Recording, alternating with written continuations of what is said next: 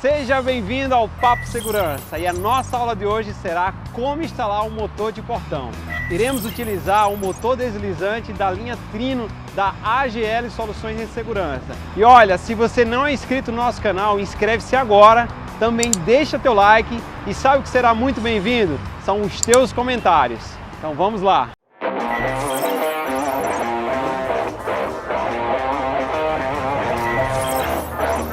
Bom, eu estou aqui com o Wellington, o pedreiro, que irá nos auxiliar com a construção da base. E aí a gente já vai dar muitas dicas de como fazer uma base apropriada para fazer a instalação do motor, tá? Então esse primeiro momento do vídeo iremos fazer apenas a parte da base e logo em seguida iremos fazer a instalação do motor. Dentro da caixa vem aqui o manual onde iremos seguir todos os procedimentos, inclusive aqui ó, a parte de como fazer a base para fixar o motor. Então, iremos estudar todos os pontos aqui com o Wellington para que a gente possa fazer aqui a melhor estrutura para essa base.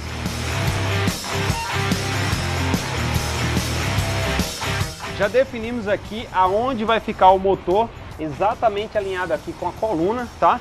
E já fizemos aqui as medições aqui, onde ele deverá ter 25 de comprimento por 21 de largura. Agora iremos cavar aqui para que a gente possa inserir o concreto aqui dentro, né? Claro, o Wellington ainda vai fazer ali o cimento para que a gente possa fazer todo o preenchimento aqui e aí vai rolar mais dicas.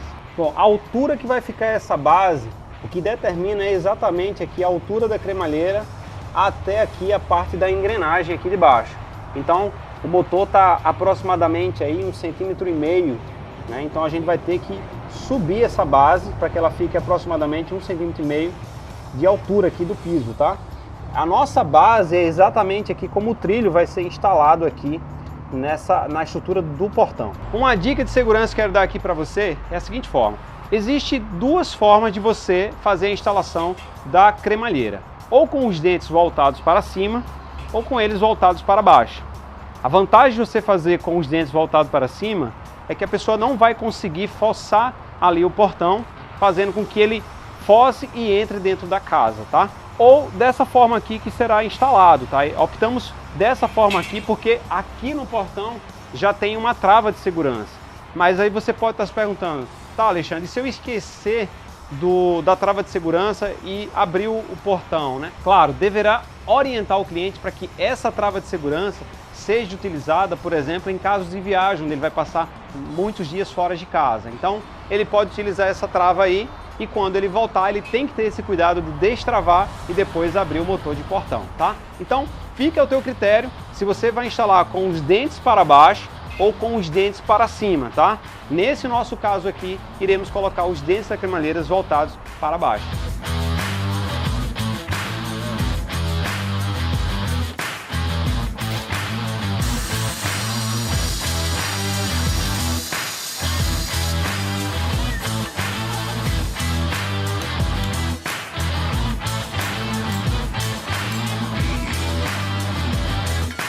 Já fizemos aqui, ó, cavamos aqui aproximadamente 30 centímetros aqui de profundidade, conforme manda o manual de instruções, tá? E aqui iremos utilizar o que, Wellington, para fazer essa estrutura dessa base? Aqui aí nós vamos utilizar um concreto bem forte, com areia, cimento e brita. Tá, se fosse para utilizar aqui, por exemplo, com tijolo? O ideal mesmo é a gente fazer um concreto com uma basinha dessa, porque um tijolo, como tem o motor vibra, ele pode ser que quando você for fixar ele vai estourar. Estoura o motor. Estoura o tijolo. Então não é recomendável estudar. Tá, e se eu também quisesse fixar o motor em cima dessa estrutura aqui de pedra aqui? Na pedra aqui também não é muito ideal. Por quê? Você tem que fazer pelo menos uma basezinha aqui, porque quando chover vai juntar água no motor. Joia, maravilha. Bom, é bem interessante aqui o que o Wellington está falando, porque isso é muito comum acontecer e a proposta é que a gente venha fazer da melhor forma possível, tá? Então a gente vai ficar aqui a 1,5 cm de altura do piso aqui, foi o que a estrutura do motor forneceu pra gente, tá?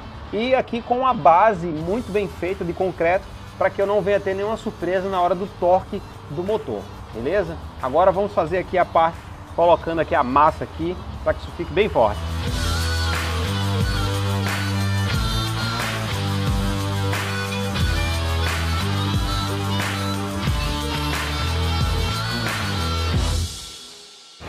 Vamos agora para a segunda parte da instalação do motor. A base já está pronta aqui, ó, concreto.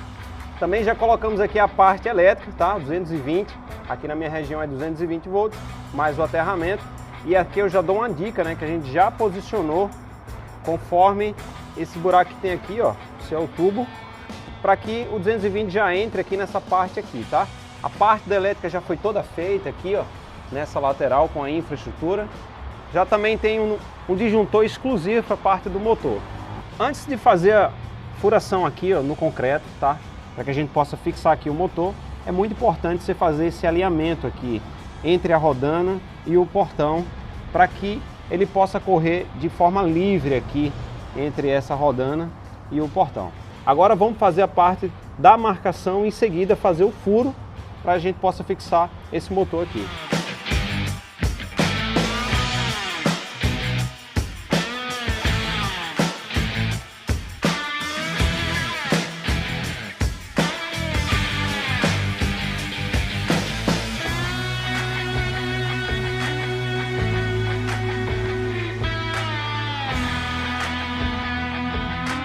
Depois de fixado aqui com os parafusos, o motor precisa estar bem fixado mesmo para que possa garantir o melhor funcionamento, tá?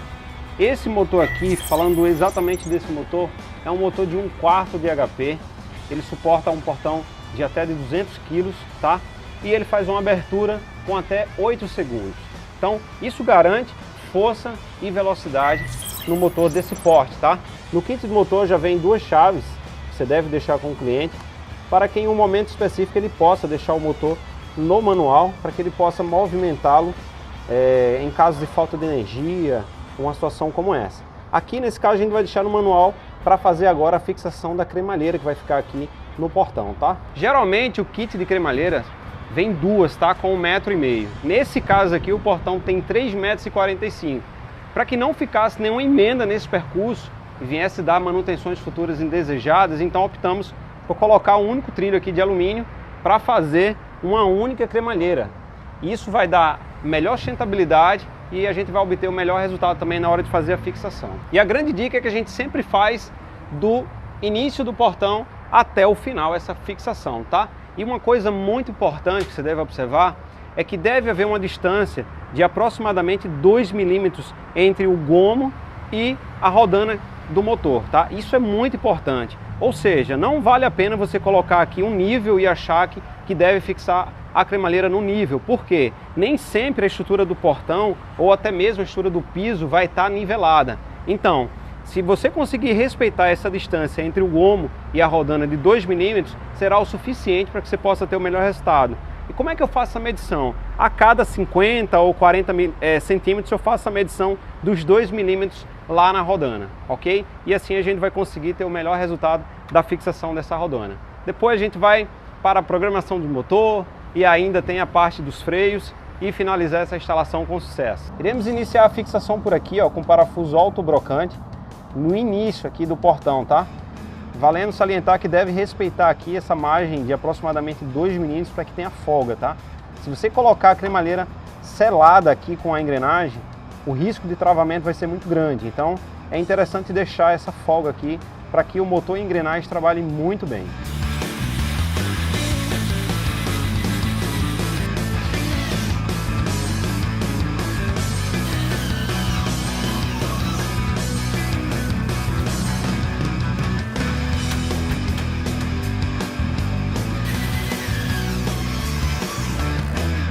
Chegou a hora de fazer a ligação da energia do motor, mas claro, uma grande observação é que você deve fazer esse procedimento sem energia, tá? Então, ó, sem energia. Se eu for colocar a ferramenta de teste aqui, vai ver que não tem energia aqui, tá? Então isso é muito importante.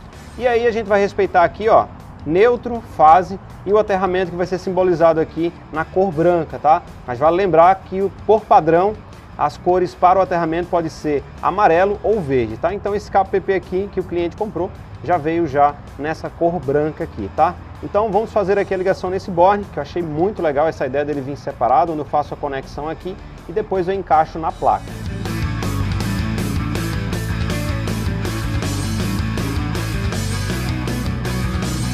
Finalizado, seguindo aqui essa sequência de neutro, fase e o aterramento que está simbolizado aqui pelo branco, tá?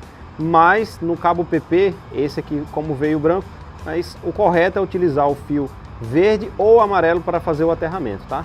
Então vamos ligar aqui na placa. E agora energizar ela para que o motor venha a funcionar. Já está energizada aqui. Uma grande vantagem dessa placa é que ela suporta até 1024 botões. Ou seja, imagine que se você cadastrar apenas um botão em um controle remoto, você pode cadastrar até 1024 controles remotos nessa única placa aqui. Isso é bem interessante para quem usa muitos controles no dia a dia. O primeiro passo agora é configurar os controles, tá? Então, muito simples, você pressiona o botão do controle e depois o botão programar aqui na placa. Em seguida, o próximo botão, mesmo procedimento. Uma dica que eu já te dou aqui, se você tiver, por exemplo, um motor na fazenda e um na sua casa, você pode configurar os botões de baixo ou pode configurar os mesmos botões que você tem aqui no controle, tá? Não vai influenciar de você pressionar aqui e abrir lá, a não ser que seja muito próximo, tá? Então vamos fazer isso também com outro controle. Pressionei aqui, clico em programar, novamente. E agora vamos testar aqui os controles. Ok. Testar o outro botão. Do outro controle também. Depois de configurar os controles, agora é hora de ver a força do motor. E você faz esse ajuste aqui na embreagem, tá? Então, o sentido anti-horário aqui, ó, eu vou deixar no mínimo. Vou pressionar o controle e a intenção é que esse portão faça agora a abertura, tá? Automaticamente você vai ver que ele vai perdendo as forças, tá? Então vou pressionar aqui, ó. Ó, ele acabou perdendo a força, mas ele ainda está funcionando, tá? E eu vou fazer aqui o ajuste aqui da embreagem aqui, ó, liberando aqui no sentido horário, ó. E aí eu posso já parar aqui no controle, tá? Ou seja, agora eu já sei que ele tem o ajuste de força já está equilibrado. Sabe aquele momento de desespero quando você vai entrando com o carro e alguém fecha indevidamente o portão? Então esse ajuste na embreagem serve exatamente para que o carro não seja esmagado nessa hora. Então vou pressionar aqui o controle e ó. Então imagina o portão está em pleno funcionamento, mas ele entendeu que tem um obstáculo no meio do percurso e ele parou para que não viesse, por exemplo, danificar o carro. Então vou desligar. E agora vou voltar ele para o seu estado normal. Essa é a função do anti-esmagamento. Vamos ver agora a programação do freio, tá? Para que a gente possa entender o melhor lugar onde o motor deve parar. Nesse ajuste do freio eu vou deixar ele no máximo, tá? Sentido horário até o final. Vou pressionar o controle, você vai ver que ele vai ficar meio que maluco, ó. Quando eu frear ele ainda anda, ó. E aí eu tenho que fazer o ajuste do freio até encontrar o ponto ideal. Então eu vou deixar aqui mais ou menos no meio. Vou pressionar o controle novamente. Pressionei em parar. Ele ainda não está obedecendo o freio que eu preciso. Vou ajustar mais um pouquinho, voltando no sentido anti-horário. Pressionei. Ainda não. Então vamos até chegar. Ok. Então deixei quase aqui no mínimo aqui, ó. Quase aqui no mínimo, esse aqui é o mínimo, vou deixar um pouquinho só. E vamos fazer o teste do freio. O próximo passo agora é fazer o ajuste do final de curso, tá? Aonde o portão vai parar, na abertura e no fechamento. E a dica que eu vou te dar é que você deixe o ímã próximo dos sensores, tanto na abertura como no fechamento, a aproximadamente 40 centímetros, tá? Você vai ver que ele não vai sofrer aquele impacto na hora que estiver batendo a abertura ou o fechamento. Seguindo aqui a sequência, né, iremos fazer agora a configuração dos sensores do final de curso. E aqui eu já quero te dar uma dica, tá? Em vez de você colocar ele no local exato que você imagina que vai dar certo, tá? Você coloca ele aproximadamente uns 40 centímetros para frente. Ou seja, na hora que ele estiver fazendo esse reconhecimento, ele vai fazer aquela parada suave, ou seja, ele não vai bater na frente nem atrás do portão. Geralmente as pessoas que fazem aqueles portões modernos, com vidro, não vai sofrer com isso aí. Então a dica que eu te dou, você já coloca o ímã um pouco mais para frente, tá? E depois eu vou colocar lá na frente aproximadamente 40 centímetros, tá? E por final, eu vou fixar o ímã no local onde eu quero que o portão pare, tá? Então, para esse procedimento aqui, eu vou fazer aqui o acionamento aqui na placa para que ele possa fazer isso daí. É muito importante nessa hora você fazer a identificação da abertura e fechamento, tá? Ou seja, esse sensor aqui está exatamente na abertura, tá? Sinalizado aqui por esse LED e aqui, ó, no fechamento. Então, perfeito, meu portão está abrindo e fechando no local correto. Então eu vou deixar aqui o ímã na posição de fechado, vou pressionar o botão aqui programar até ele começar a piscar.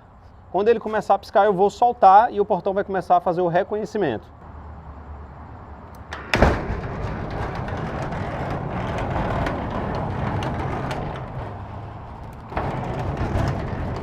Agora ele fazendo sentido contrário, eu vou colocar o ímã aqui também. E agora sim ele fez a gravação do percurso. Eu vou voltar um pouquinho aqui, colocar o motor no meio. Vocês vão entender que ele agora vai fazer aquela parada suave, tá? Então eu vou colocar aqui. Já começou a fazer a parada suave até chegar no ímã. E agora eu vou colocar do outro lado, tá?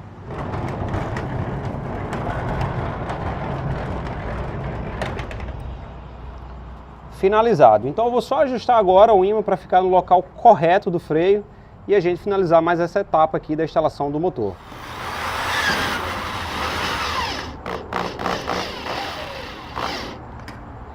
Encontrada aqui a posição do fechamento, já fixei aqui o ímã, agora eu vou lá colocar na abertura. Falando aqui ainda na placa, né, em especial, você pode ligar aqui uma antena extra. Também pode ligar uma botoeira para fazer um acionamento manual, geralmente colocado numa portaria ou então dentro de casa, né? E aí você economiza um controle dentro de casa. Já aqui no final você pode ligar uma fotocélula para que possa acender automaticamente uma luz externa, tá? Mas em especial eu quero falar aqui sobre a chave de DIPs aqui, ó, de 1 a 6, tá? Então você pode configurar aqui no DIP de número 1, você pode colocar uma fechadura. Número 2, você pode colocar uma luz de garagem. No 3, um sinaleiro. No 4, o fechamento automático. O 5, que é a função predial. E o 6, que é para habilitar o encoder do anti-esmagamento. Falando sobre o DIP número 4, que ele faz o fechamento automático do portão, e você pode programar de 3 a 60 segundos. O número 5 é a função predial. Imagina que você está saindo, né? Então o portão está abrindo e outra pessoa vem e pressiona o controle. E então, ao invés de o portão fechar automaticamente, ele vai respeitar o tempo de fechamento automático para depois ele acionar o portão. Então, com o DIP aqui acionado, ó, eu irei contar o tempo, ó, 2, 3, 4, 5 segundos e vou pressionar o controle. Ele fecha automaticamente o portão e agora quando eu abrir, iremos contar 5 segundos e vai observar que ele vai fechar o portão automaticamente. Então vamos esperar agora. E olha aí, ele fechou o portão automaticamente. A função 5 habilitada, o portão está fechando automaticamente. Se eu pressionar o controle, ó, ele para e volta automaticamente, evitando assim um acidente dentro do condomínio. Bom, e por fim, hora de fechar aqui a parte da central e depois colocar aqui a tampa do motor, tá?